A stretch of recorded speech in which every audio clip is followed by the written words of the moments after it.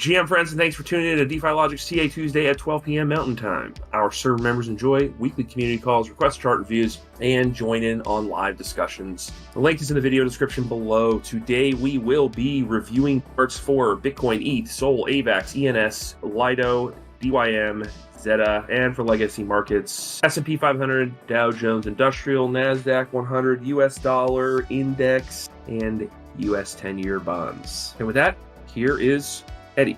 Get this going. So obviously market's been pumping pretty well. Been going higher than I expected. So it's been like a weird start to the year.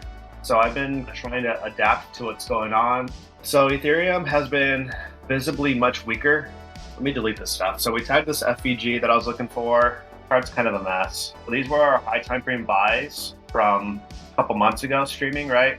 Which if you bought those, you have really safe entries to hold until the ETF comes. I don't think we'll come down to them again, but I want to leave them there anyway, just for some context. Really what I'm looking for is this. I would like for us to stay within this range right here, or at least not travel back into it. But if we do, it's not a bad spot to load up on. I'm thinking the same thing will happen. I really haven't been paying attention to very low time frames. So I would love for this area to hold right here. Hopefully that lines up with Bitcoin too, holding. And I would just use it also as an indicator. You could buy some Ethereum as it drops down and hold for the ETF play. And if you haven't done that yet, that's probably one of your best spots too, is buy in this area. And then if it drops lower, just buy in lower areas too. I really don't see a world where we get to this old zone again. Hopefully not, at least. Yeah, I want this to hold. Maybe a little sweep below it and a reclaim would be super bullish. I'd probably even long it at that point and just play this range up to there. And potentially up to new highs as well. But I don't know, we'll see. Ethereum has just been super weak. Hoping soon it will start to show some strength and maybe it'll get to some new highs too by the ETF. But for now, I'm just focused on this zone.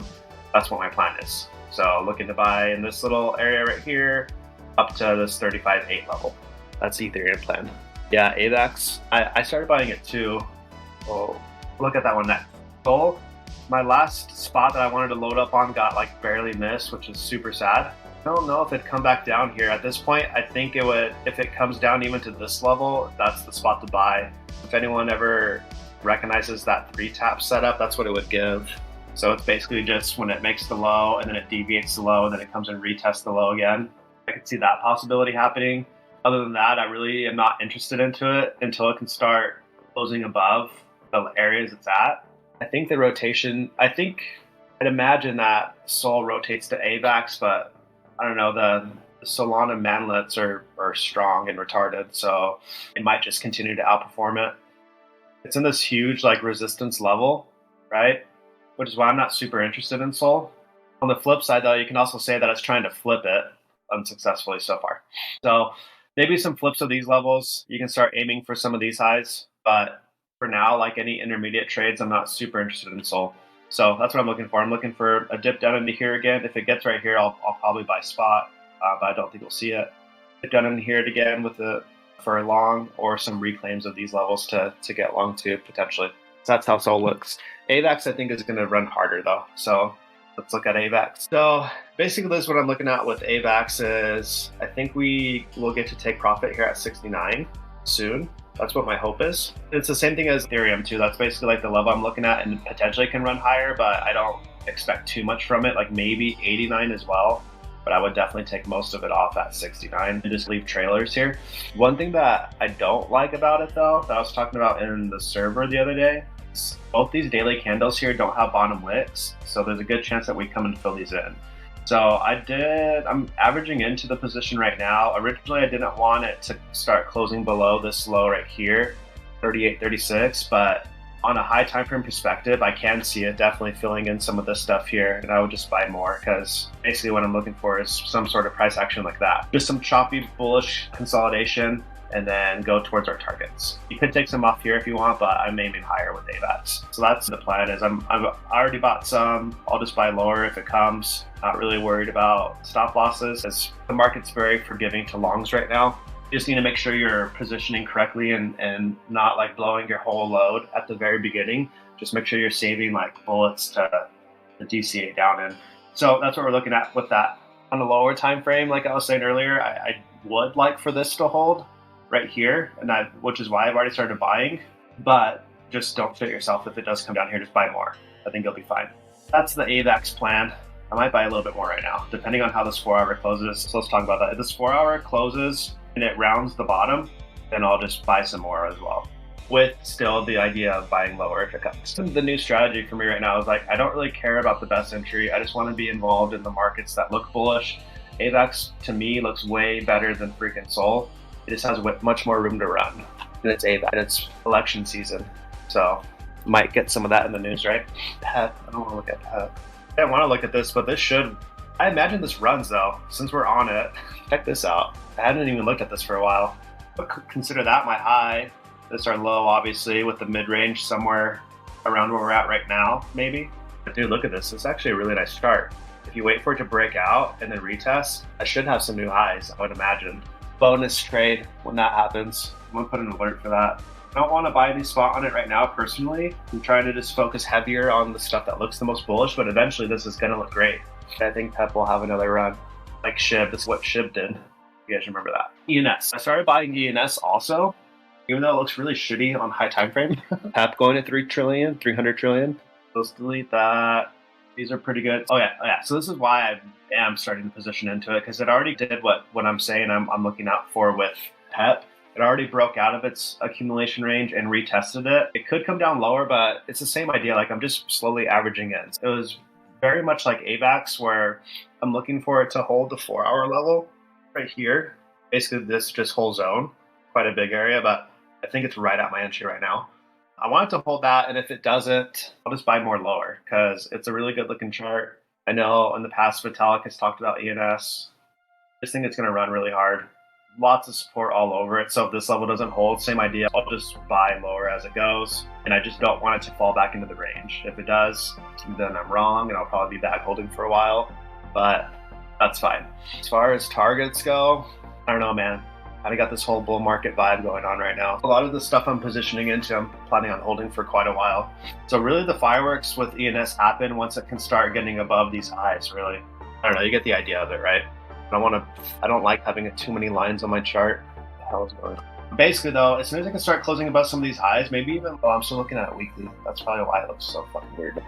Really just any daily closes above these daily closes is going to be super bullish in my opinion. And once it can start taking out some of these highs. So same idea, this position's probably going to have bullish consolidation. I imagine it's just going to do this. And then once it can start flipping, it's going to run really hard.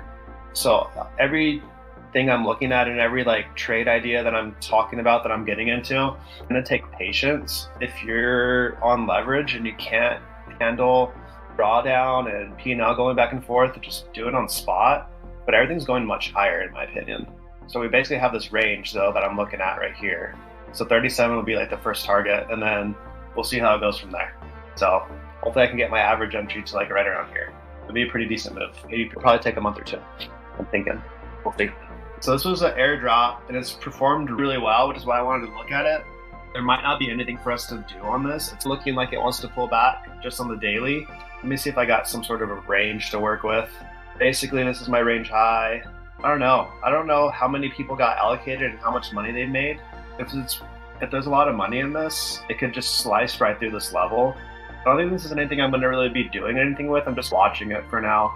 I'd be interested potentially, as long as it puts bullish price action anywhere around here, specifically into this zone right here. If it can give me like some lows that get swept and reclaimed, I'm interested to ride it because it's a chart that's performing really well for just launching, and I don't know, I want to be in stuff that is in price discovery. This is potentially one of them too, but you got to be careful because unless you guys know what the allocation was. So I would just definitely wait for setups to happen. Like all the other coins I've talked about, I'm just buying the dips and just averaging in lower. With this one, you have to be more like tactical with it, I think. Theta also too, like this thing is just going up. Space Cowboy would have been rich if he held it the whole way. Yeah, so we got some highs here. If this 4-hour can close like a bullish candle, like with the box above it, I might even just buy with that being my stop loss because it's looking pretty decent. The 12-hour probably looks really bad though. Yeah, the 12-hour looks like it wants to pull back daily. That's probably a bad idea. Erase that. It's not a good idea. Here's what I would like to see with ZAPE. Zeta. I like this low right here. I'd love for it to get ran, and I probably would just start buying it. So I can start getting below here. I'll just start filling bids all the way down to here potentially. And then as long as it can reclaim, get fully filled at that point. I don't know anything about it either. I don't know if it's like an airdrop or if it's a VC or anything, but the chart just looks really good. So a nice pullback into this level and some reclaims I think would be nice with Zeta. I think I have one more. Okay, AI. If it can break out here, you could just break out with it, right? If not, it hasn't really tagged these highs like it briefly did on this last 4 hour. Still hasn't tested these ones, and we have this like big ass demand pocket here too. So I think it's one of those things also where I may just like blindly leave bids down here for the big thing. I don't know. Probably, I don't know. I'm already spread out so much. So if it can come down here, I think it'd be good. It's got all this untested levels. Other than that, if it can start putting in more bullish price action above these highs, then this thing looks like it wants to send also. It's got a bullish ticker. That's all I really know. It looks good. It looks like it's ready to go. But yeah, if it can start closing above here, it would look nice also. So either break out or buy a pullback on this. I think basically everything we looked at is ready to get sent higher though. So hopefully next week when we review all this, we have more money in our accounts. But other than that, I think I'm done and I will switch this off to you guys. Thanks. Cool beans, Eddie. And now, Legacy Markets with John. Thanks, Pepe. I'm going to cover the legacy markets, and as I always do, I use a daily chart. I consider the daily chart the king of charts. So all the charts I'm going to show are going to be the 1 day. Big news today on the legacy markets is that inflation's not tamed. Believe it or not, the Federal Reserve Bank has not tamed inflation. The CPI, which is the Consumer Price Index, came in 0.3%. They were expecting even, if not hopefully a little bit of a drop, but they got the opposite, a gain. So if everybody has been grocery shopping, which the Federal Reserve Bank officials don't grocery shop, they're blind to it. I grocery shop, so I see all the inflation and prices still. So that was S&P 500. Moving on to the NASDAQ. NASDAQ dropped today as well. It dropped down 235 points. Again, I put in this 17,500 level. Again, it's just a psychological level, nothing really to it. But you can see that the S&P and NASDAQ have done the same thing, and the NASDAQ has gained a little bit higher, all the way up at this point here. So I expect a pullback as well on the NASDAQ. NASDAQ's going to stay strong because of all the AI businesses and things that I would say, just like the internet back in 2000, everything is going to be a coin. Even that coin now was an AI named coin. Moving on to the Dow Jones 30, you can see today's dropping down. It almost tagged right here. It almost tagged the standard deviation line, which is at 38,235. So it probably will run back up and then drop back down on that as well. But it's also had all these 52-week highs last month, just kept climbing up and climbing up. So I think the dollar index is going to go up and it's going to continue to go up. And the reason why is looking at bond yields. We're going to move now to the US 10-year yield chart. So since inflation is still going and the Fed's going to have to keep raising rates, that's why we have this big green candle today. So I had this level here at 4.12%. That's where the recent high was back in January. So it's ran back up to it, went all the way down to the lower 2x band here. And then it's run back up, blew through the standard deviation line right here. And then it's just continued to go up. And then today it's blown through that level there at 4.12% interest rate. So now we're looking at an interest rate at 4.28%. So I've put in the Discord and posted several times that looking at 30-year bonds, 30-year bonds have a 30-year cycle. And we've been at that bottom of that cycle several years back when it was at zero, and it's only got one direction to go, and that's up. So 30-year bond yields are going to keep climbing, mortgage rates are going to keep climbing, and inflation is not tamed. So the Federal Reserve still's got work to do, and they're going to keep working at it until they get it down to 2%, which I think is an unrealistic goal, but that is their goal. Okay, I'll give it back to you, Pepe. Alrighty, that's it for this week. Astrobit 2.0 is live, and our ETH strategy is entering beta testing on their platform. You can also get $100 futures bonus with Blowfin when you sign up and deposit.